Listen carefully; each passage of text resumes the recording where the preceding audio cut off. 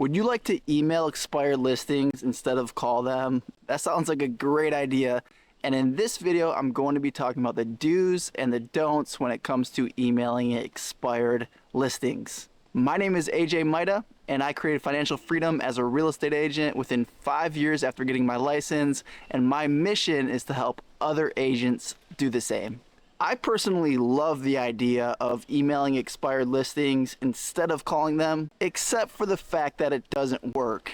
Now I know that RedX gives you some of the emails for the contacts, so it can be tempting to just email them instead of calling them.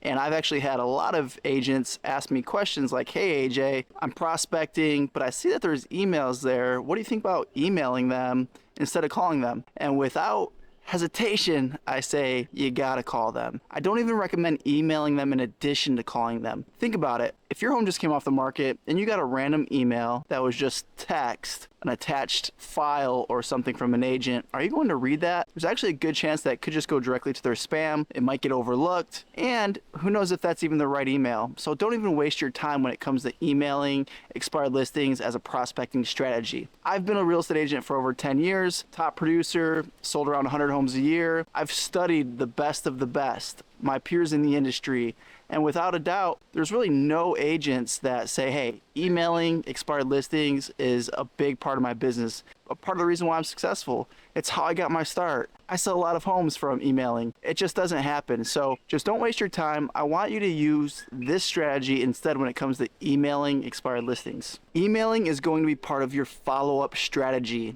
And on that prospecting call, you're going to get their email, and that way you know it's the correct one and you get their permission to email them. This is the strategy when it comes to emailing expired listings.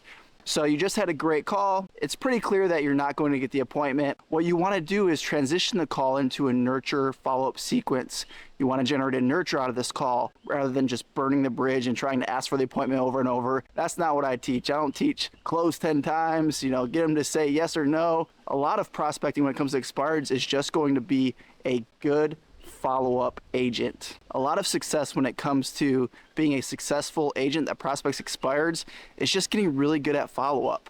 So you get to the end of the call, just ask them, hey, well, I really appreciate your time today. I gotta hop on another call, but before I let you go, just out of curiosity, when you do go to sell the home, do you have an agent that you're obligated to, or would you be open to interviewing me for the job of selling your home? That's the question. That's how you start to transition the call into a nurture. Typically, they're going to say, yeah, sure, I'd be open to interviewing you.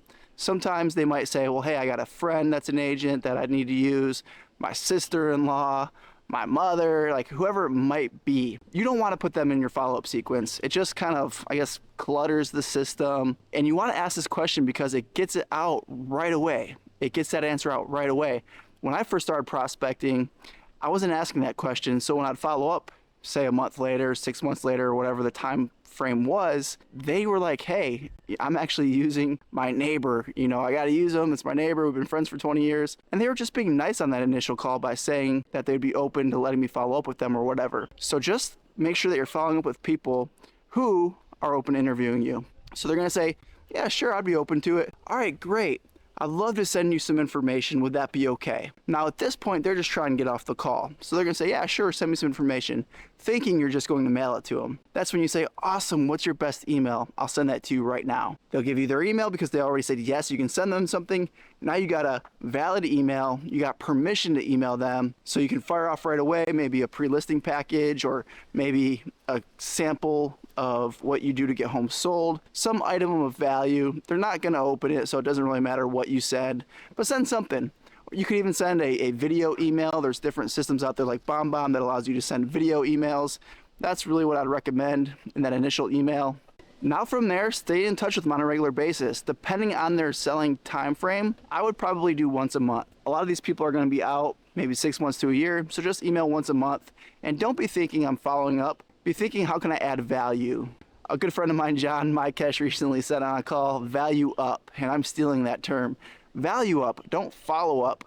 So when you reach out to them, have something of value that you can offer.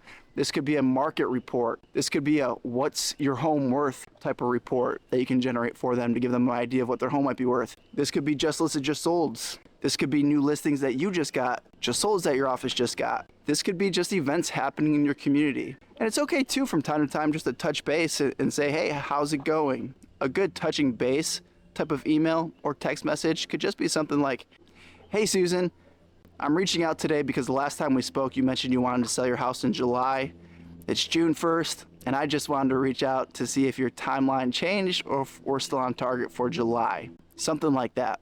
Some other good things you can email: happy birthday, happy holidays, 4th of July, Easter, Thanksgiving, Halloween. There's a lot of holidays that we can celebrate, and just send them a quick note of what that might be. What you're trying to do is just drop in their inbox so they see your name and your face and your messaging over and over and over. So when the time comes for them to sell their house, they remember who you are and you reach out. When it's time for them to sell, they're like, oh yeah, AJ is the one that's been following up with me for a while. Of course I'm going to interview him.